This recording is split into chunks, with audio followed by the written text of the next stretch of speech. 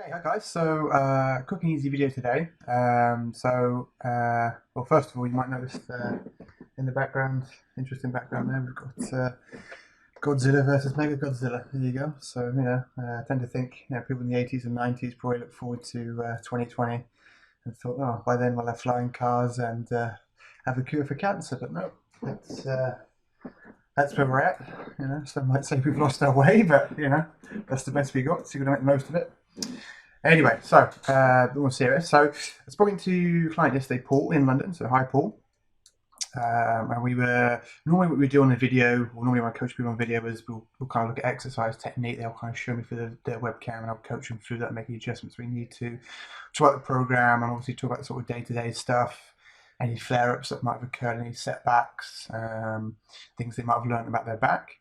And he said something that which is quite interesting, which has kind of crystallized something for me. Because obviously, like him, like most people, probably been to see 3 or 4 other people before they come and see me for their back issues. And he said, working with me so far, I'm obviously only 3 weeks in, early days, but he said this has been the most holistic approach he has experienced with anybody so far. So what he means by that is obviously that, like yesterday we spent an hour just talking about all the issues around the back and things he does day to day and how that affects his back.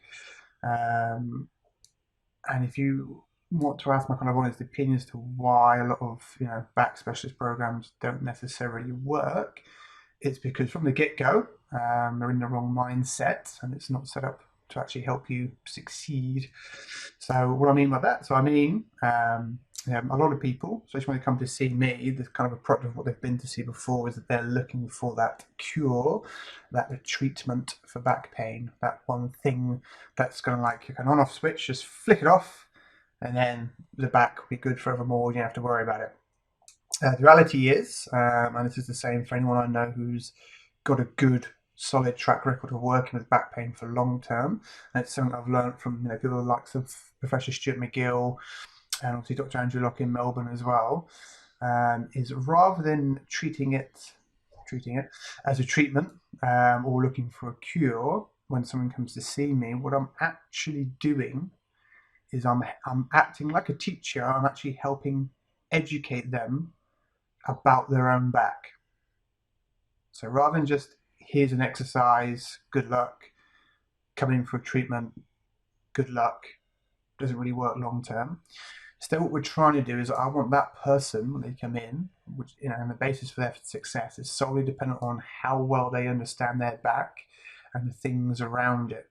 So if I simplify that into sort of 2 lists, if you like. So a list A is the things that they do that aggravate the back and would have created the initial injury. So whether that's just pain, disc bulge, herniation, some sort of disc damage, damage to the vertebrae, whatever it may be, there'll be certain movements, postures, habits that you have that act kind of as back pain triggers. They kind of set the process of injury, the cycle of injury off. That's why you kind of have good days versus bad days. So I always say to people, half the battle is understanding that and addressing that issue. The other half of it, which is what people tend to sort of laser beam focus on, is kind of doing the exercises, core exercises, back exercises, hip exercises, whatever it may be, to kind of build strength into the back and that area, which is good, but that's literally only half the story. So what I want to do today is just to sum it up, is that the reason why I think a lot of people get stuck in this endless loop of good versus bad days, or they do something, they have some sort of treatment and it works for a little bit and then it kind of just stops working, is because you've got to change your mindset from looking for a cure, a panacea, a kind of a fix, or a switch, and instead seek to understand your back pain. And that the clearer you understand it, the more control you have over it. Because even if you go through like a rehab program with me, and I say with the guys, in all honesty, yeah, the back will be great, or it should be great at least if I'm doing my job by the end of it. But you don't forget that stuff that we've done in that period. That stuff that we've done is what's going to help you going forward understand how to keep that back strong and how to keep it pain-free, because that's what you've got to do. You have to continuously manage it. And that's why I like the analogy of like a bank account, because like a bank account, it's dynamic depending on what you've paid in, what you've taken out day to day. your success with your back is solely dependent on what you've done with that back. So if you've avoided the things that aggravate it and you've done the exercises and the movements and the activities that help make it feel good, the back's going to feel good.